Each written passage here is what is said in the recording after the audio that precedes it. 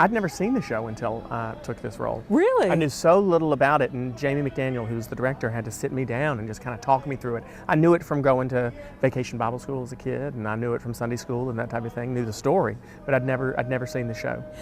What do you find the most challenging about it, and what do you find the most fun about it? Challenging. I don't do anything. I mean, I say that as a joke, but the brothers have so much of the heavy lifting. I'm not a dancer, and thank God neither is Joseph. So the brothers do so much of the heavy lifting. I get really two of the great songs in the show. But I don't have to do any of the heavy dancing lifting, so that's the most fun for me, to stand off on the side of the stage and watch them. Because dancing, would you have been, I can't. That's one reality show I will not participate in. Dancing with the Stars, you're not signing up? No. I've talked to a couple of other Idol winners and alums.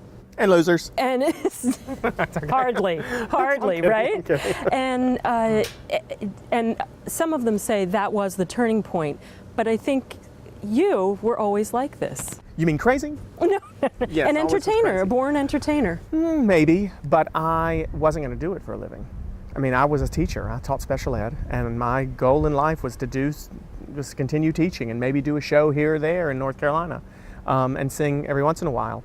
And it was that. So it was a turning point for me. I think more. I would venture to guess that more of the people who I know from Idol tried to do it beforehand, and it became the turning point for how their career actually took off. For me, it was an even bigger, it was a 180, because I went from being in a classroom to being on a stage professionally. At some point it becomes the new normal, if that makes any sense. Yes, yes.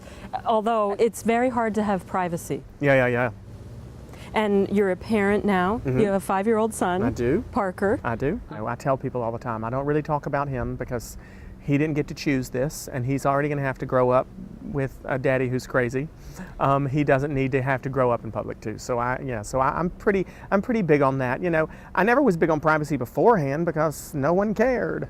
2008 was a big year for you. The same year he was born, you came out in People magazine.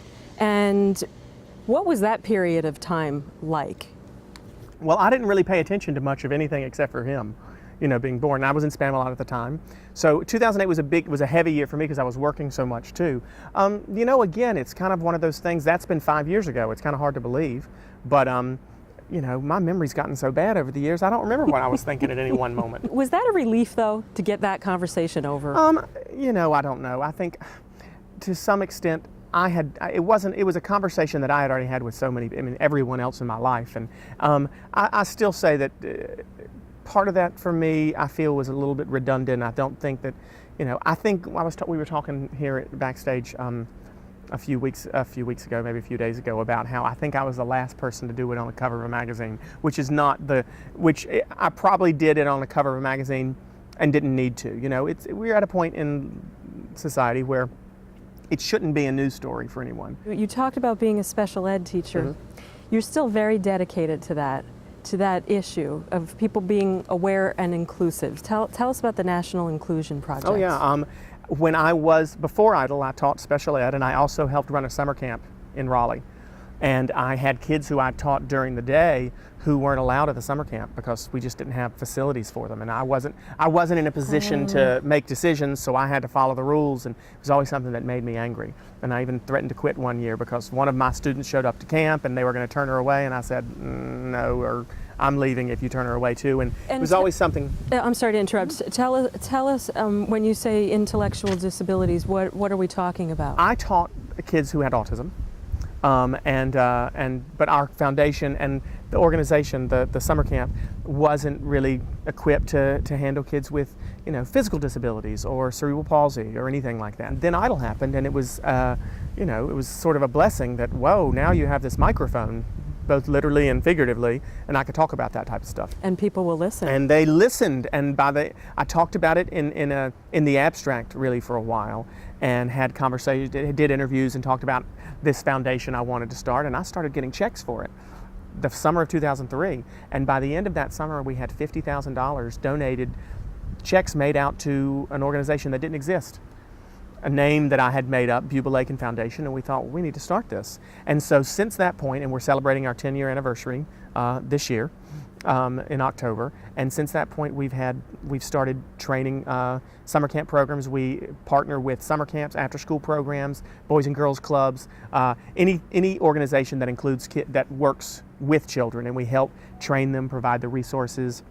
We have a curriculum that teaches people how to make their summer camp programs inclusive or after school programs inclusive. We train people.